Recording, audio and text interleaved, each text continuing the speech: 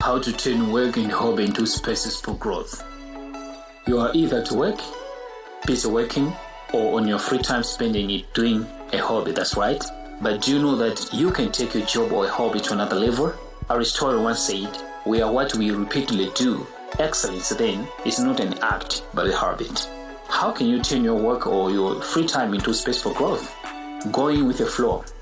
We have all felt our sense of time vaporize when we lose ourselves in an activity we enjoy. We start cooking and before we know it, several hours have passed. We spend an afternoon with a book and forget about the world going by until we notice the sunset and realize we haven't eaten dinner.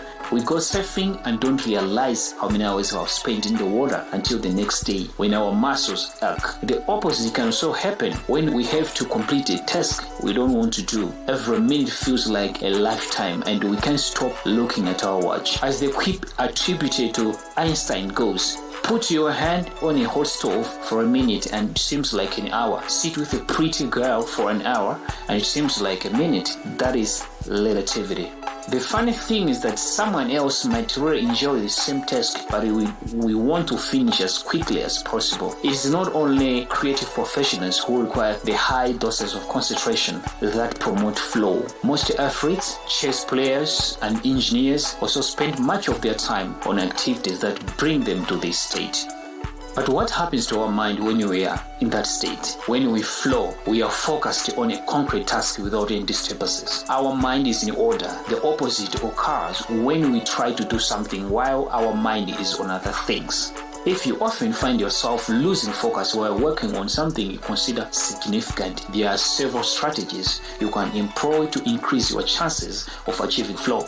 3 conditions of achieving flow. 1. Knowing what to do. Every task, sport, or job has a set of rules, and we need a set of skills to follow them. If the rules for completing a task or achieving a purpose are too basic relative to our skill set, we will likely get bored. Activities that are too easy lead to apathy. If, on the other hand, we assign ourselves a task that is too difficult, we won't have the skills to complete it, and we will almost certainly give up and feel frustrated to bored. 2. Knowing how to do it. It is much more important to have a compass pointing to a concrete objective than to have a map. What often happens, especially in big companies, is that the executives get lost in the details of obsessive planning, creating strategies to hide the fact that they don't have a clear objective. It's like heading out to a sea with a map but no destination. Having a clear objective is important in achieving flow, but you also have to know how to leave it behind when you get down to business. Once the journey has begun, we should keep this objective in mind without obsessing over it. 3. This is perhaps one of the greatest snakes we face today. With so much technology and so many distractions, we often think that combining tasks will save us time, but scientific evidence shows that it has the opposite effect. Even those who claim to be good at multitasking are not very productive. In fact, they are some of the least productive people. Our brains can take in millions of bits of information, but can only actually process a few dozen per second. Concentrating on one thing at a time may be the single most important factor in achieving flow.